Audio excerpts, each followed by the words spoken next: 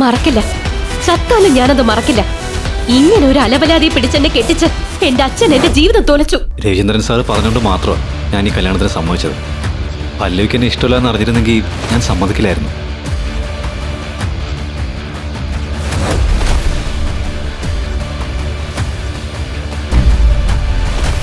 അബിയെ ഇങ്ങനെ ദേഷ്യത്തോടുകൂടി ഞാൻ കണ്ടിട്ടേ ഇല്ല. ഇന്നവൻ വേറെ ആരോ ആയ പോലെ തോന്നി എനിക്ക്. ഇത് ആര് വാങ്ങിയതാണെന്ന് നിങ്ങൾക്ക് അറിയാമോ? അത് കോൺഫിഡൻഷ്യൽ ഇൻഫർമേഷനാ മാഡം. സോറി. ബോർഡിംഗ് ടൈം ആയി. Shall we move Mrs Abhimanyu Pillai? Abhimanyu Pillai? എടാ, ഒന്നിനും കൊള്ളാത്തവനെ, ഒരു ചെരുപ്പ് തുന്നാൻ പോലും അറിയാത്ത നിനക്ക് ഈ ചെരുപ്പിന്റെ വില എന്താണെന്നറിയൂ? ഛേ, അല്ല, 1.5 ലക്ഷത്തിന്റെ ലൂയി വിറ്റോൺ എടുത്ത് നിന്റെ കയ്യിൽ തന്ന എന്നെ ഇതേ ചെരുപ്പ് കൊണ്ട് തന്നെ അടിക്കണം. ഷോറൂമിൽ കൊണ്ടുപോയി നേരെയാക്കാൻ പറഞ്ഞ ഏതോ തെരുവിലെ കടയിൽ ചെന്ന് നേരെയാക്കി കൊണ്ടുവന്നിരിക്കുന്നു. എടാ വിവരമില്ലാത്തവനെ, ഇതൊക്കെ ഞാൻ എങ്ങനെയാ നാളത്തെ ഫംഗ്ഷൻ ഇടുന്നത്? ഛേ! അങ്ങനെ പറഞ്ഞുകൊണ്ട് തന്റെ കയ്യിലിരുന്ന ചെരുപ്പെടുത്ത് മരുമകൻ അഭിമന്യുവിന്റെ ദേഹത്തേക്ക് വലിച്ചെറിഞ്ഞ് ദേഷ്യം പ്രകടിപ്പിച്ചു മാലിനി എന്ന അവന്റെ അമ്മായിയമ്മ. ഒരു അബദ്ധം പറ്റിയതാ, ക്ഷമിക്കണം. ഞാൻ ഇപ്പൊ തന്നെ കൊണ്ടുപോയിട്ട് ഇത് നേരെയാക്കിട്ട് വരാം. ഇപ്പൊ അങ്ങ് ഒലത്തും. ഓടാ, പോയി എല്ലാവർക്കും ജ്യൂസ് എടുത്തോണ്ട് വാ. അഭിമന്യുവിനെതിരെ നടന്ന ഈ അനീതിയെ ദൂരെ നിന്ന് കാണുകയായിരുന്നു അവിടുത്തെ വേലക്കാരി കനകം. മോൻ അവരുടെ കോലം കണ്ടില്ലേ? ചെറിയ പിള്ളേരെ പോലെ മിനുക്കി തേച്ച് നടക്കുന്നു. നമ്മളെപ്പോലെ അധ്വാനിച്ച് സമ്പാദിച്ചവരല്ലാത്തതുകൊണ്ട് ആളുകളെ ബഹുമാനിക്കാൻ അറിയില്ല. ഭർത്താവിന്റെ കാശിൽ അഹങ്കരിച്ച് നടന്നാൽ അതൊക്കെ എങ്ങനെ മനസ്സിലാവാന്? മോൻ ഈ വീട്ടിലെ മരുമകന്, എന്നിട്ട് അവരുടെ പെരുമാറ്റം കണ്ടില്ലേ? ഈ കഷ്ടപ്പാടൊക്കെ നീ എന്തിനാ സഹിക്കുന്ന മോനെ? ഇതൊക്കെ നിന്റെ അച്ഛനും അമ്മയും കണ്ടിരുന്നെങ്കിൽ അവർക്ക് സഹിക്കൂ. അതിന് അവരിവിടെ ഇല്ലല്ലോ. പോട്ടെ ചേച്ചി, രവീന്ദ്രൻ സാർ പറഞ്ഞുകൊണ്ട് മാത്രമാണ് ഞാൻ ഈ കല്യാണത്തിന് സമ്മതിച്ചത്. പല്ലവിക്ക് എന്നെ ഇഷ്ടമില്ല എന്ന് അറിഞ്ഞിരുന്നെങ്കിൽ ഞാൻ സമ്മതിക്കില്ലായിരുന്നു എന്ന് ഇടറിയ ശബ്ദത്തിൽ നിസ്സംഗമായി അഭിമന്യു കനകത്തിനോട് പറഞ്ഞു. സാരമില്ല മോനെ, എല്ലാം നേരെയാവും. ആ ജോത്സ്യം പറഞ്ഞത് കേട്ടില്ലേ? നാളെ നിന്റെ ജീവിതം മാറാൻ പോവാന്ന്. നിന്റെ ജാതകത്തില് രാജയോഗമുണ്ട്. ഒന്നുഷാറാക്കാൻ കമലം പറഞ്ഞപ്പോൾ കേൾക്കാനൊക്കെ രസമുണ്ട്. സത്യാ മോനെ, ഇത് നടന്നിരിക്കും. മോനെ, നാളെ നിന്റെ പിറന്നാളല്ലേ? പല്ലവി മോൾക്കത് അറിയോ? എന്ന നിഷ്കളങ്കമായ ആ ചോദ്യത്തിന് പിറന്നാളോ? ഞങ്ങളുടെ കല്യാണ നാൾ വരെ അവള് മറന്നിട്ടുണ്ടോ? മറക്കില്ല, ചത്താലും ഞാനത് മറക്കില്ല. ഇങ്ങനെ ഒരു അലവലാതി പിടിച്ചെന്നെ കെട്ടിച്ച് എന്റെ അച്ഛൻ എന്റെ ജീവിതം തോലച്ചു. കണ്ണിൽ കോപത്തോടെ തന്റെ ഫ്രണ്ട്സിനോട് പറഞ്ഞുകൊണ്ടിരിക്കുകയായിരുന്നു പല്ലവി. ശരി, പോട്ടെ. അങ്ങേർക്ക് വിവരമില്ലെന്ന് വിചാരിക്കാം. ഇവൻ എന്തിന്റെ സൂക്കേടാ? കാണാൻ കൊള്ളാവുന്ന ഒരു കാശുള്ള പെണ്ണിനെ കിട്ടിയപ്പോ ബാക്കിയുള്ള ജീവിതം അവളുടെ വീട്ടില് മണവാളം കളിച്ച് തീർക്കാന്ന് കരുതി വന്നിരിക്കുന്നു. നോണം കെട്ടവൻ. അപ്പോൾ അവളുടെ ആൺ സുഹൃത്ത് ഒരുവൻ, അത് വിടു പല്ലവി. 6 മാസങ്ങൾക്ക് മുൻപ് പല്ലവിയിൽ നിന്ന് ഇത് പ്രതീക്ഷിക്കാത്ത അഭിമന്യു ഞെട്ടലിൽ ഒരു ശില പോലെ നിന്നു.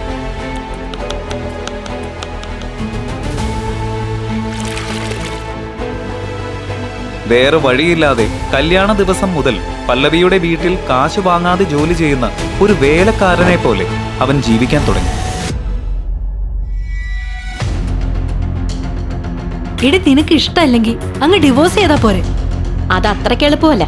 ഞാൻ അങ്ങനെ കയറി അവനെ ഡിവോഴ്സ് ചെയ്താ അച്ഛന്റെ സ്വത്തിൽ ഒരു തരി എനിക്ക് കിട്ടില്ല.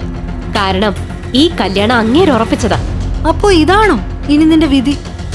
അല്ല, 3 ദിവസത്തിന് ശേഷം അമേരിക്കയില് 200 കോടി പ്രോജക്റ്റ് സൈൻ ചെയ്യാൻ പോവല്ലേ.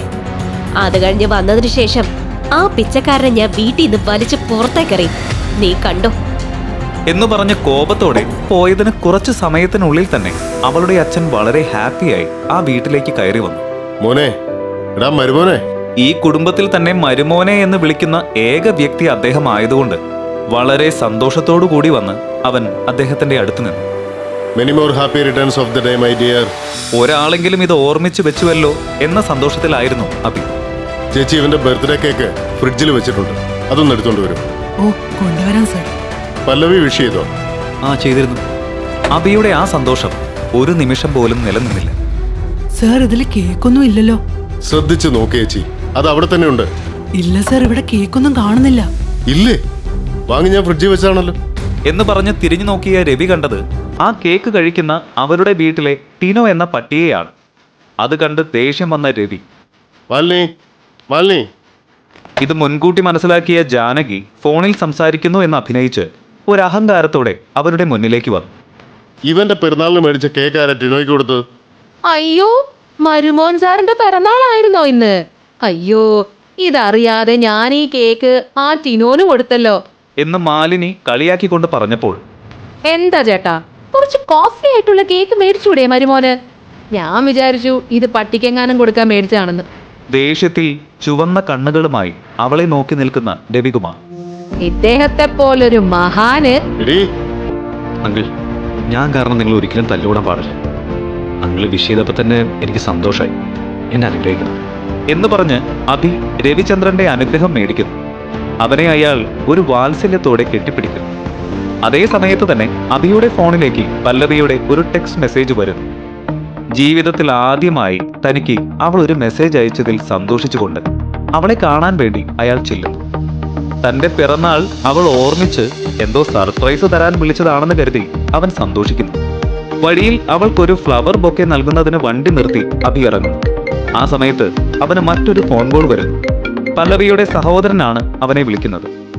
എടാ, ഒരു പണിയുമില്ലാത്ത നിനക്ക് 2 ചെരുപ്പ് തയ്ച്ചിട്ട് വരാൻ 2 ദിവസം വേണം. നിന്നെപ്പോലെ ഒരുത്തിനെ പിടിച്ച് എൻ്റെ പെങ്ങളെ കെട്ടിച്ച തന്തയെ പറഞ്ഞാൽ മതിയല്ലോ. അത് കേട്ട് ദേഷ്യം വന്ന അഭി, നോക്ക്, സംസാരിക്കുമ്പോൾ സൂക്ഷിച്ച് സംസാരിക്കണം. എടാ, ഇന്ന് എൻ്റെ പിറന്നാളാണ്. അതുപോലും മനസ്സമാധാനമായിട്ട് ആഘോഷിക്കാൻ സമ്മതിക്കാതെ എന്തിനാ നീ നിന്റെ അമ്മയെ എന്നെ ഇങ്ങനെ പെടാപ്പാടുപെടുത്തുന്നത്? എടാ, ഒരു പ്രായം കഴിഞ്ഞ ബർത്ത്ഡേ നന്നായി സമ്പാദിച്ചവരും ലൈഫിൽ സെറ്റിലായവരും ഒക്കെ മാത്രമേ ആഘോഷിക്കാറുള്ളൂ. നിന്നെപ്പോലെ ഭാര്യയുടെ വീട്ടിൽ ഓസിന് ചോറും കറിയും അടിച്ചുകൊണ്ടിരിക്കുന്ന അവന്മാർക്ക് എന്തിനാ ഇത്തരം ആഘോഷങ്ങളൊക്കെ? മര്യാദയ്ക്ക് പോയി ചെരുപ്പ് തയ്ച്ചു വാ. 2 എക്സ്ട്രാ പീസ് ചോറിൻ്റെ കൂടെ തരാൻ ഞാൻ പറയാം. അതല്ല 4 കഷ്ണം വേണമെങ്കിൽ അതും തരാം. ഇത് മതിയാവില്ലേ ബർത്ത്ഡേ ഗിഫ്റ്റായിട്ട്? പോയി ആ ചെരുപ്പ് തയ്ച്ചിട്ട് വാടാ.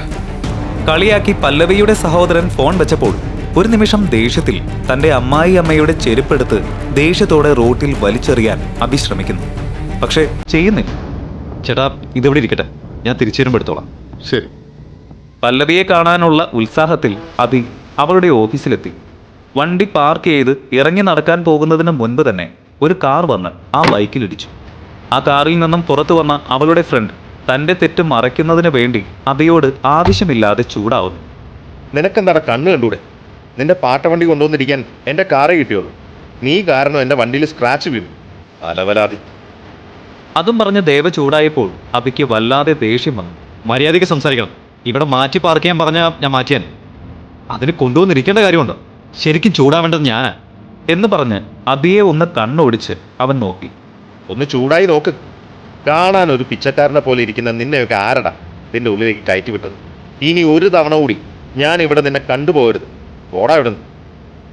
ഇത്രയൊക്കെ നടന്നിട്ടും തന്റെ കോപത്തെ മൊത്തം ഒതുക്കി പല്ലവിയെ കാണാൻ വേണ്ടി അഭി ലിഫ്റ്റിൽ കയറി ചെല്ലുന്നു. എന്റെ ആ നെക്ലസ് കാണുന്നില്ല. എവിടെ പോയിന്നറിയില്ല. അത് അവിടെ എവിടെയെങ്കിലും കാണും.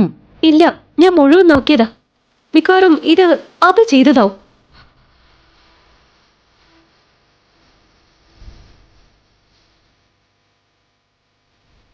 അഭി, മര്യാദയ്ക്ക് പറഞ്ഞു, ഈ ബോക്സിലുണ്ടായിരുന്ന ചെയിൻ എവിടെ? എനിക്കറിയില്ലെന്ന് മാത്രം മൊഴിയണ്ട. പല്ലവി പറഞ്ഞത് കേട്ട് അഭിയുടെ മുഖം മാറി.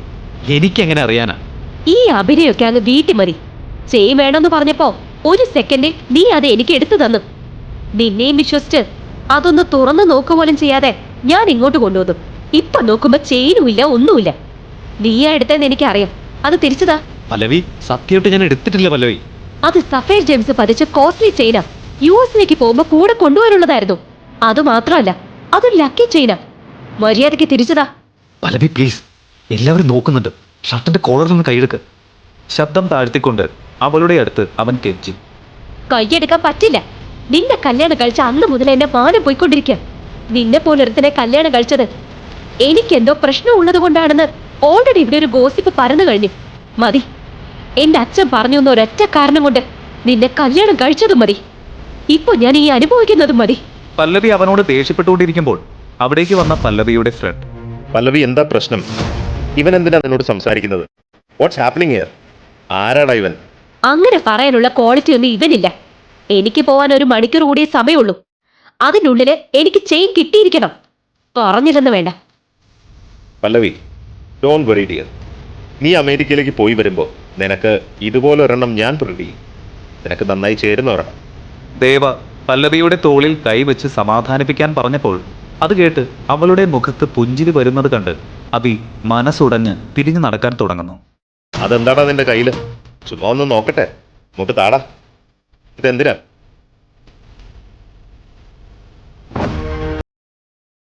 പിറന്നാൾ ആശംസകൾ സ്വീകരിക്കാൻ വന്നവൻ കള്ളൻ എന്ന പട്ടത്തോടെ തിരിഞ്ഞു നടന്നു. പാർക്കിങ്ങിൽ ഒരു ഭ്രാന്ത് പിടിച്ചവനെ പോലെ നിന്നിരുന്ന അവന് കനകത്തിന്റെ ഫോൺ വരും. ഹലോ. മോനെ, ആ ചെയിൻ ഇവിടെ എവിടെയില്ല. ഇനിയിപ്പോ നീ എന്ത് ചെയ്യും മോനെ? എന്ന് ചോദിച്ച കനകത്തോട് എനിക്കറിയില്ല ചേച്ചി. ഒരു പാവമായി അബി പറഞ്ഞു. എന്റെ താലി ചെയിൻ തന്നു കഴിഞ്ഞാൽ അത് വെച്ച് മറ്റേ ചെയിൻ പോലെ ഉണ്ടാക്കി കൊടുക്കാൻ പറ്റുമോ? കമലം സഹായിക്കാൻ വേണ്ടി ചോദിച്ചപ്പോൾ പെട്ടെന്ന് അവൻ തളർന്നിരുന്ന് കരഞ്ഞുപോയി. മോനെ, മോനെ, മോനെ. ചേച്ചി അങ്ങനെ ചോദിക്കാനുള്ള മനസ്സുണ്ടല്ലോ, അത് മതി ചേച്ചി. ഇത് ഞാൻ നോക്കിക്കോളാം. ശരി മോനെ. പല്ലവി ദേഷ്യത്തിൽ അവളുടെ ചെയറിൽ ഇരിക്കുന്നു. അവളുടെ ചുറ്റും അവളുടെ ഫ്രണ്ട്സും നിൽക്കുന്നുണ്ടായിരുന്നു. പല്ലവിയുടെ ഫ്രണ്ട് അവളെ സമാധാനിപ്പിച്ചുകൊണ്ടിരുന്നു. ഇങ്ങനെ വാശി പിടിക്കല്ലേ പല്ലവി. ചെക്ക് ഇൻ ചെയ്യാൻ ഇനി അരമണിക്കൂർ പോലും ഇല്ല. അവൻ ഈ സമയം കൊണ്ട് അതൊക്കെ വിറ്റിട്ടുണ്ടാവുന്നേ. അതെ പല്ലവി, അവൻ പറയുന്നത് കേക്ക്. അമേരിക്കൻ യാത്ര അത്രയ്ക്ക് ഇമ്പോർട്ടന്റാ. തിരിച്ചു വന്നിട്ട് വേണമെങ്കിൽ കംപ്ലൈന്റ് ചെയ്യാം. സമയമായില്ലേ, പോവാൻ നോക്ക് പല്ലവി. എല്ലാവരും പറഞ്ഞപ്പോൾ പകുതി മനസ്സോടെ സ്യൂട്ട് കേസ് എടുത്ത് യാത്രയാകുന്നു പല്ലവി. ഒരു മിനിറ്റ്, വണ്ടി ഒന്ന് നിർത്ത്. എന്തു പറ്റി? അവന്റെ വണ്ടി കാണുമ്പോ തന്നെ എനിക്ക് ദേഷ്യം വരുന്നു. ഇടിച്ചു നുറുക്കടാ. പല്ലവി കോപത്തോടുകൂടി പറഞ്ഞപ്പോൾ പല്ലവിയുടെ സുഹൃത്ത് വേഗത്തിൽ വണ്ടി ഓടിച്ച് അവന്റെ ബൈക്ക് ഇടിച്ച് തെറിപ്പിക്കുന്നു. പെട്ടെന്ന് എതിരെ ഒരു ഓട്ടോറിക്ഷ വന്ന് നിൽക്കുന്നു. പെട്ടെന്ന് കാർ നിർത്തുന്നു.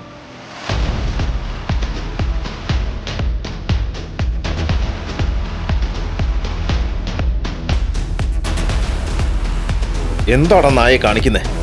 എന്ത് ധൈര്യത്തിലാ ഓട്ടോറിക്ഷ കൊണ്ടുവന്ന് ഇങ്ങനെ നിർത്തിയത്? നിനക്ക് ഓഫീസിൽ തന്നെ നല്ല സ്വീകരണം തരേണ്ടതായിരുന്നു.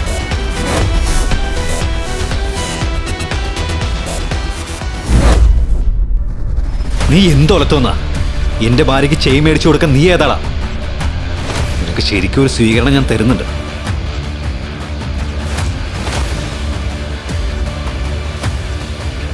ഇത് കണ്ടോ പല്ലവി? നീ ചെയിൻ കട്ടോണ്ട് പോയിട്ട് അവന്റെ മിക്കിട്ട് കയറുന്നോ? നിനക്കൊക്കെ എന്ത് യോഗ്യതയുള്ളത്? കണ്ടോ പല്ലവി? ഇവൻ തന്നെയാ ചെയിൻ മോഷ്ടിച്ചത്. ആശ്ചര്യത്തോടു കൂടി നിന്ന പല്ലവിയുടെ കയ്യിൽ അവൻ അത് വെച്ചു കൊടുക്കുന്നു. നീ ഒരു ടെൻഷനും ഇല്ലാതെ അമേരിക്കയിൽ പോയി മീറ്റിംഗ് ഒക്കെ തീർത്തിട്ട് വാ. All the best. ഇവന്റെ ഒക്കെ അടുത്ത് വർത്തമാനം പറഞ്ഞു നിന്ന് ടൈം വേസ്റ്റ് ചെയ്യല്ലേ പല്ലവി. ഫ്ലൈറ്റിന് സമയമായി, പോവാം. എടാ, വേണ്ടത് കിട്ടി ബോധിച്ചു കഴിഞ്ഞാൽ പിന്നെ മിണ്ടാതിരിക്കണം. ഞാൻ എൻ്റെ ഭാര്യയുമായി സംസാരിക്കാം. ഇനി നീ വാ തുറന്ന. നീ ഒന്നുകൊണ്ട് പേടിക്കേണ്ട പല്ലവി. നീ ഇന്ന് യു എസിലേക്ക് എന്തായാലും പോയിരിക്കും. സമാധാനമായിട്ട് പോയിട്ട് വാ. ഡോൺ പറയും. ബൈ. അബിയെ ഇങ്ങനെ ദേഷ്യത്തോടുകൂടി ഞാൻ കണ്ടിട്ടേ ഇല്ല. ഇന്നവൻ വേറെ ആരോ ആയ പോലെ തോന്നി എനിക്ക്. ട്രാഫിക്കിൽ എങ്ങനെയൊക്കെയോ കഷ്ടപ്പെട്ട് വിമാനത്താവളത്തിലെത്തിയെങ്കിലും അകത്തേക്ക് കയറിയ അവൾക്ക് ആ വിമാനം യാത്ര തുടങ്ങി എന്ന് ഞെട്ടിക്കുന്ന സത്യമാണ് മനസ്സിലാക്കാൻ കഴിഞ്ഞത്. ഇതിനെല്ലാം കാരണം ആ അബിയ. പല്ലവി ഇങ്ങനെ പുലമ്പിക്കൊണ്ടിരുന്നപ്പോൾ നിങ്ങള് പല്ലവിയല്ലേ? യെസ്. നിങ്ങളുടെ ഫ്ലൈറ്റ് മിസ്സായി. മാഡം വിഷമിക്കണ്ട. പിള്ളേ ഗ്രൂപ്പ് ഓഫ് കമ്പനീസ് അവരുടെ ചാർട്ടേഡ് ഫ്ലൈറ്റ് നിങ്ങൾക്ക് വേണ്ടി റെഡിയാക്കിയിട്ടുണ്ട്. What? May see your passport? Sure. Passport എടുത്തപ്പോൾ അബി മോഷ്ടിച്ചു എന്ന് പറയുന്ന ആ മാല അതിന്റെ കൂടെ കണ്ട് പല്ലവി ഞെട്ടുന്നു. അബി എടുത്തു എന്ന് പറയുന്ന ചെയിനും ഇപ്പോൾ കിട്ടിയ ചെയിനും ഒരുമിച്ച് കണ്ടപ്പോൾ എങ്ങനെ രണ്ട് ചെയിൻ വന്നു? പല്ലവിയുടെ കയ്യിലുള്ള 2 ചെയിനുകളെയും കണ്ട് ആ എയർപോർട്ട് സ്റ്റാഫ് ഓ, അപ്പൊ നിങ്ങളാണല്ലേ ആ ലക്കി ലേഡി? ഇതൊരു ലിമിറ്റഡ് എഡിഷൻ സഫയർ മാലയാ. കുറച്ചു നേരം മുൻപാ ഇത് സൂറത്തിൽ നിന്ന് ഒരു ചാർട്ടേഡ് ഫ്ലൈറ്റിൽ വന്നത്. നിങ്ങൾക്ക് വേണ്ടി ഇത് വന്നതെന്ന് ഇപ്പോഴാണ് മനസ്സിലായി. ഇത് ആര് വാങ്ങിയതാണെന്ന് നിങ്ങൾക്ക് അറിയാമോ? അത് കോൺഫിഡൻഷ്യൽ ഇൻഫർമേഷനാ മാഡം. സോറി. ബോർഡിംഗ് ടൈം ആയി. Shall we move Mrs Abhimanyu Pillai? Abhimanyu Pillai?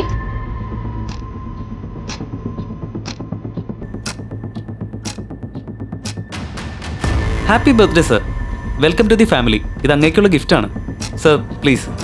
അത്ര വലിയ സന്തോഷമൊന്നുമില്ലാതെ അബി ആ കാറിൽ കയറിയിരുന്നു.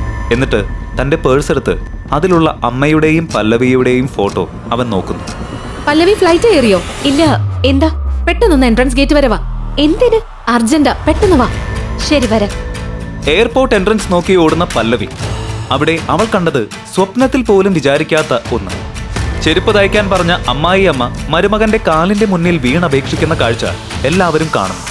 അതുമാത്രമല്ല, താലി വാങ്ങാൻ പോലും കാശില്ല എന്ന് പറഞ്ഞ ഭർത്താവ് തന്റെ ഭാര്യയ്ക്ക് വേണ്ടി ഒരു ചാർട്ടേഡ് ഫ്ലൈറ്റ് എങ്ങനെ സംഘടിപ്പിച്ചു? ബെൻസ് കാറിന് സ്വന്തക്കാരനായ ഒരുത്തൻ ഒരു പിച്ചക്കാരനായി അഭിനയിച്ചത് എന്തിന്? US-ലേക്ക് യാത്രയാവേണ്ട ഒരു ഫ്ലൈറ്റ് പോലും ആ പിച്ചക്കാരന് വേണ്ടി കാത്തു നിൽക്കുന്നത് എന്തിന്? ആരാണ് ഈ അഭിമന്യു പിള്ളൈ?